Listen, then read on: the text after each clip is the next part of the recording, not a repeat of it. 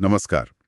आज हम एक बहुत ही दिलचस्प पौराणिक कहानी पर बात करने वाले हैं। हाँ, ये कहानी कई पुराणों में आती है और काफी प्रसिद्ध भी है। कहानी महर्षि भृगु की है।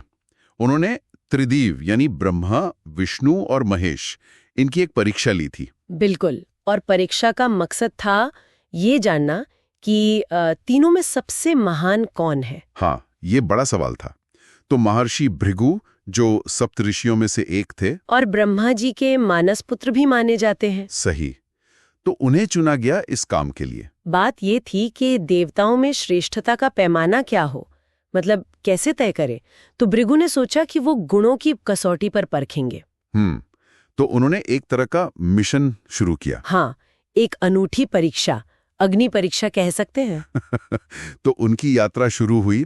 सबसे पहले वो कहाँ गए? सबसे पहले वो पहुंचे ब्रह्मलोक, अपने पिता ब्रह्मा जी के पास। अच्छा, और वहां जाकर उन्होंने क्या किया? वहां पहुंचकर उन्होंने जानबूझकर ब्रह्मा जी को प्रणाम नहीं किया। ओह, ये तो मतलब सीधा अनादर हुआ। हाँ, पर ये सिर्फ अशिष्टता नहीं थी, ये उनकी परीक्षा का हिस्सा था।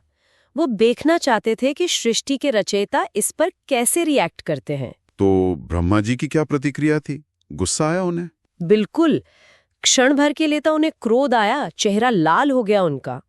लेकिन फिर उन्होंने अपने पद और ज्ञान का विचार करके खुद को शांत कर लिया। अच्छा, मतलब गुस्सा आया पर काबू पा लिया। हाँ, पर भृगु ऋषि के लिए शायद ये काफी नहीं था। उन्होंने क्या निष्कर्ष निकाला फिर? उन्होंने महसूस किया कि भले ही ब्रह्मा जी ने गुस्सा कंट्रोल कर लिया, लेकिन क्रोध और शायद उससे जुड़ा अहंकार वो उनके अंदर मौजूद था, मतलब रजोगुण का प्रभाव था।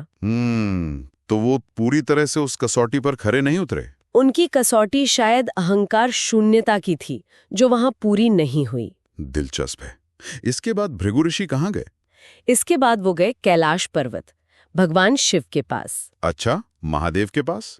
वहां क्या हुआ? शिवजी ने तो बड़े प्रेम से उनका स्वागत किया, उन्हें गले लगाने के लिए आगे बढ़े। पर कुछ तो हुआ होगा। हाँ, भृगु ऋषि पीछे हट गए। उन्होंने आलिंगन स्वीकार नहीं किया। अरे क्यों?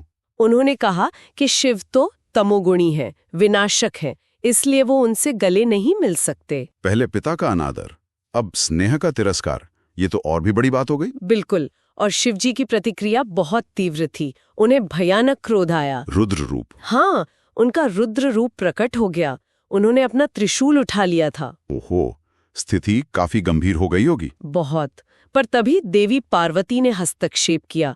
उन्होंने शिवजी को शांत किया। अच्छा, उन्होंने स्थिति संभाली। हाँ, पर भृगु को उनका जवाब मिल गया था। उन्होंने निष्कर्ष निकाला कि शिव में रासिक और तामसिक गुण, मतलब तीव्र भावनाएं और क्रोध काफी प्रबल है। तो वो भी परीक्षा में उत्तीर्ण नहीं हुए? भृगु की कसौटी के हिसाब से नहीं। 2 पड़ाव हो गए, ब्रह्मा जी, शिव जी। अब तीसरा और अंतिम पड़ाव। हाँ, वैकुंठ, भगवान विष्णु के पास। ये हिस्सा तो कथा का सबसे प्रसिद्ध है। बिल्कुल, भृगु जब वैकुंठ पहुंचे तो उन्होंने देखा कि भगवान विष्णु शेषनाग पर शांति से लेटे हैं। देवी लक्ष्मी उनके पैर दबा रही हैं। और यहाँ भृगु ने क्या किया? कुछ और भी अप्रत्याशित? बहुत ज्यादा। उन्होंने सीधे जाकर भगवान विष्णु की छाती पर पैर से प्रहार कर दिया। क्या?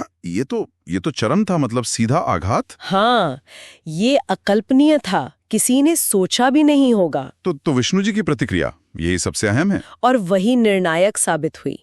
विष्णु जी ने क्रोध का कोई संकेत नहीं दिया। वो तुरंत उठ बैठे और उन्होंने भृगु के पैर पकड़ लिए और बहुत ही विनम्रता से पूछा, महर्षि क्षमा करें, आपको चोट तो नहीं लगी? मेरे कठोर वक्ष से आपके कोमल चरणों को कष्ट हुआ होगा। ये सुनकर तो रोंगटे खड़े हो जाते हैं। हाँ, महर्षि भृगु की आंखों में आंसू आ गए। उन्हें वो मिल गया था जो वो ढूंढ रहे थे। अहंकार का पूरी तरह अभाव, सहनशीलता, क्षमा, प्रेम। बिल्कुल, सत्व गुण की पराकाष्ठा, अपमान का जवाब भी चिंता और विनम्रता से। तो इसी आधार पर भृगु ने घोषित किया कि त्रिदेवों में विष्णु ही सर्वश्रेष्ठ हैं। हाँ, उनकी परीक्षा के निष्कर्ष के अनुसार। और तभी से ये बात और मजबूत हुई कि हरिनाम ही सदैव श्रेष्ठ है। लेकिन ये समझना भी जरूरी है, जैसा आपने पहले कहा, कि ये श्रेष्ठता भृगु की परीक्षा के खास मापदंडों पर थे। सही कहा, सहिष्णुता, क्षमा, अहंकार शून्यता मतलब सत्वगुण।